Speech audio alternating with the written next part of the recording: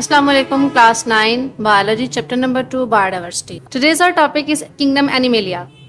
Kingdom animalia उसके नाम से जाहिर हो रहा है कि एनिमेलिया अगर हम ये आइए निकाल दें तो ये हमारे पास ये जो वर्ड है ये हमें रिप्रेजेंट कर रहा है एनिमल को। किस किंगडम के अंदर हम किसके बारे में पढ़ेंगे? एनिमल्स के बारे में। और एनिमल्स की जनरल कैरेक्टरिस्टिक्स की अगर मैं बात करूँ तो हमें पता होता है कि वो यूक्रियोट होते हैं, वो मल्टीसेलुलर होते हैं, वो हेटरोट्रॉफिक होते हैं, 3 चीज़ें होती हैं।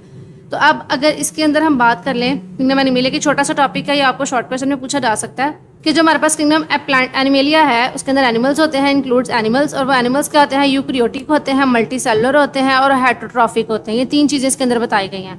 कि सबसे पहली चीज़ जो है, अगर आप इसको अलग-अलग पॉइंट्स बना लेना तो आप इस तरह से लिख लें कि एनिमल्स आर यूक्रियोटिक, पहली बात, they are multicellular, they are heterotrophic, यानी कि अपने फूड खुद प्रिपेयर नहीं कर सकते। और इसकी जगह पे आप इंक्लूड कर सकते हैं थोड़ा सा और पॉइंट, अगर ये हेटरोट्रॉफिक होते हैं तो यहाँ पे आप ये लाइन लिख लें।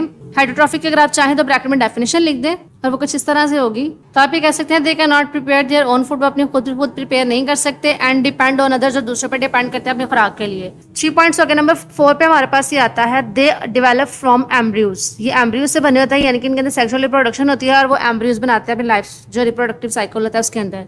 नंबर 5 पे हमारे पास इनका मोड ऑफ न्यूट्रिशन आ जाता है। ये इंजेस्ट करते हैं फूड को, या आप इसको हेडिंग दे रहे हैं मोड ऑफ न्यूट्रिशन की। ये न्यूट्रिशन किस तरह से लेते हैं, तो ये आपके पास 5th पॉइंट आ जाएगा कि दे इंजेस्ट फूड को अपने अंदर लेके जाते हैं एंड डाइजेस्ट इट, और उसको हजम करते हैं विद इन देयर बॉडीज, अपनी बॉडीज के अंदर। ये हमारे पास 5th वाला पॉइंट हो गया। नंबर 6 पे हमारे पास आता है कि वर्टिब्रेट्स भी हो सकते हैं और इनवर्टिब्रेट्स भी हो सकते हैं। वर्टिब्रेट्स वो होते हैं जिनके अंदर रीढ़ की हड्डी होती है, हम वर्टिब्रेट्स कहते हैं, और जिसके अंदर रीढ़ की हड्डी नहीं होती उसे हम इनवर्टिब्रेट्स कहते हैं। तो ये 2 तरह की कैटेगरीज आ जाती हैं एनिमल्स के अंदर, कि एक वर्टिब्रेट्स होता है, एक इनवर्टिब्रेट्स। जैसे अगर हम एनिमल्स की बात करें तो एनिमल्स के अंदर हमारे पास आंट है, छोटे छोटे कॉकरोच वगैरह होते हैं, उनके अंदर तो रीढ़ की हड्डी नहीं ना होती, छोटे छोटे आंट्स वगैरह होते हैं, अर्थवर्म हो गया, तो इनके अंदर रीढ़ की हड्डियां नहीं होती, लेकिन होते तो ये एनिमल्स है तो ये एनिमेलिया के अंदर ही इंक्लूड होते हैं।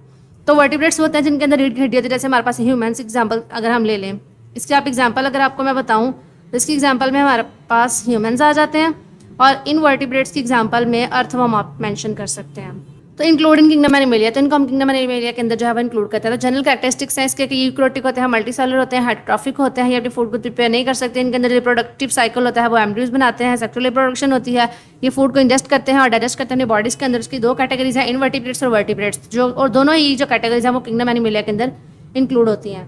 तो ये हमारा आज का छोटा सा टॉपिक था। होप सो आपको समझ आ गया होगा। अल्लाह हाफिज़।